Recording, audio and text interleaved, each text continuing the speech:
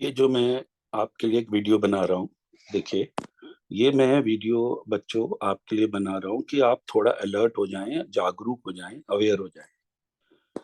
और इसमें देखिए आपको स्क्रीन पे कुछ दिखाई दे रहा है। मैं एक दो बातें आपके साथ शेयर करना चाहता हूँ जो कि बहुत ज्यादा इंपॉर्टेंट है। पहली बात तो ये है कि ये पेपर सेटिंग की इंस्ट्रक्शन है जो न्यू एजुकेशन पॉलिसी वाले जो बच्चे हैं उनके लिए है। और इस पेपर सेटिंग इंस्ट्रक्शन में ये दिया हुआ है कि जो सेक्शन ए है, ये देखिए यहाँ पर जो सेक्शन ए है, इसमें ये एक्सटर्नल एग्जाम का पेपर सेटिंग है बच्चों। यहाँ देखिए ये सेक्शन ए की बात करते हैं। सेक्शन ए में this section will contain 7 short answer question selecting at least one from each unit. Each question carries 5 marks.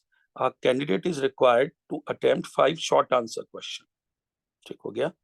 तो यहाँ पर आपने the answer to each question should be 300 words. यहाँ देखिए 5 मार्क्स के 5 मार्क्स के यदि आप 5 मार्क्स ईच एंड आपको अटेंड करने होंगे 5 में से 5, तो मेरे ख्याल 7 क्वेश्चंस आएंगे, 7 में से 5 करने होंगे। तो यहाँ पर 5 मार्क्स के 5 क्वेश्चन आपने किया, आपके 25 नंबर आ गए।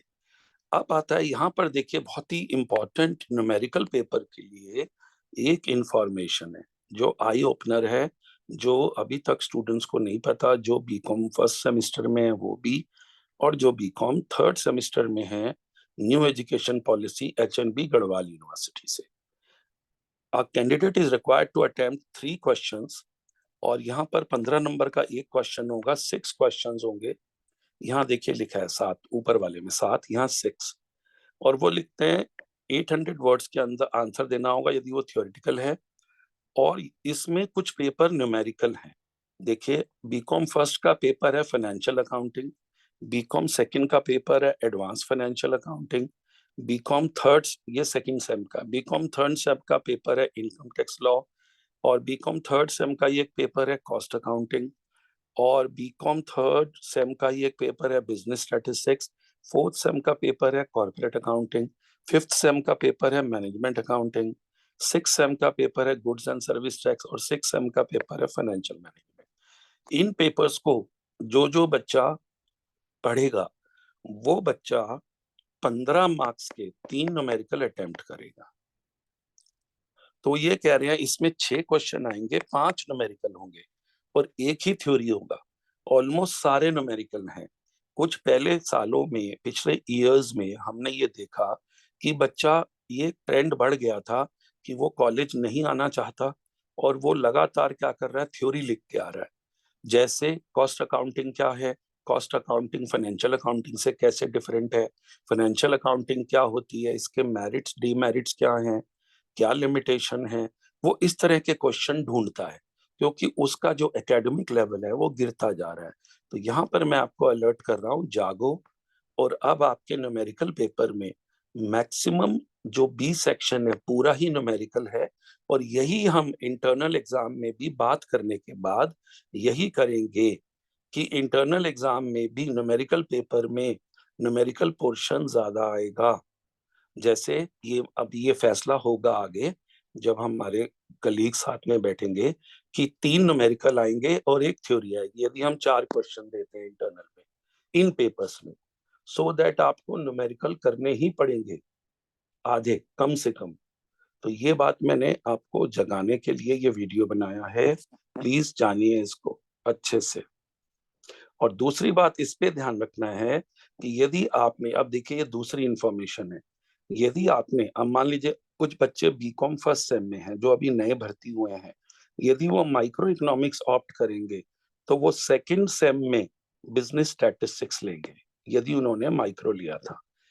और जो बच्चे मैक्रो इकोनॉमिक्स लेंगे, जो बच्चे एक वो मैक्रो लेंगे, सॉरी, यहाँ पर वो माइक्रो इकोनॉमिक्स लेंगे, वो सेकंड सेम में मैक्रो लेंगे, वो मैं स्टैटिस्टिक्स वाली बात थोड़ी गलत बोल गया, वो थर्ड सेम में। और जो बच्चे थर्ड सेम में बिजनेस स्टैटिस्टिक्स लेंगे वो फोर्थ सेम में कंपनी लॉ लेंगे। और जो बच्चे थर्ड सेमेस्टर में बैंकिंग एंड इंश्योरेंस पढ़ेंगे वो फोर्थ सेमेस्टर में पब्लिक फाइनेंस पढ़ेंगे। ये कॉम्बिनेशन है। और इसी प्रकार बीकॉम फर्स्ट सेम वाले बच्चों के लिए मैं फिर से बता रहा हूँ ताकि गलती ना हो। यदि वो माइक्रो लेंगे तो सेकंड सेम में मैक्रो लेंगे, और यदि वो फर्स्ट सेम में इकोनॉमी ऑफ उत्तराखंड लेंगे तो वो सेकंड सेम में प्रोजेक्ट प्लानिंग एंड इम्प्लीमेंटेशन लेंगे। ये एक दूसरी इंफॉर्मेशन है जो आपको बहुत ज्यादा ध्यान रखनी होगी, ठीक है। और फिर इसी प्रकार यदि किसी बच्चे ने फर्स्ट सेमेस्टर में स्किल एनहेंसमेंट कोर्स में, यदि किसी बच्चे ने पर्सनल फाइनेंस एंड प्लानिंग लिया तो वो नेक्स्ट सेमेस्टर में सेकंड में office management and secretarial practice लेगा। और यदि किसी बच्चे ने बीकॉम फर्स्ट सेमेस्टर में बेसिक्स ऑफ कंप्यूटर्स लिया है तो वही बच्चा बीकॉम सेकंड सेम में कंप्यूटर एप्लीकेशन इन बिजनेस लेगा। और यदि किसी बच्चे ने थर्ड सेमेस्टर में पर्सनल टैक्स प्लानिंग लिया है तो वो फोर्थ सेमेस्टर में कॉर्पोरेट टैक्स प्लानिंग लेगा।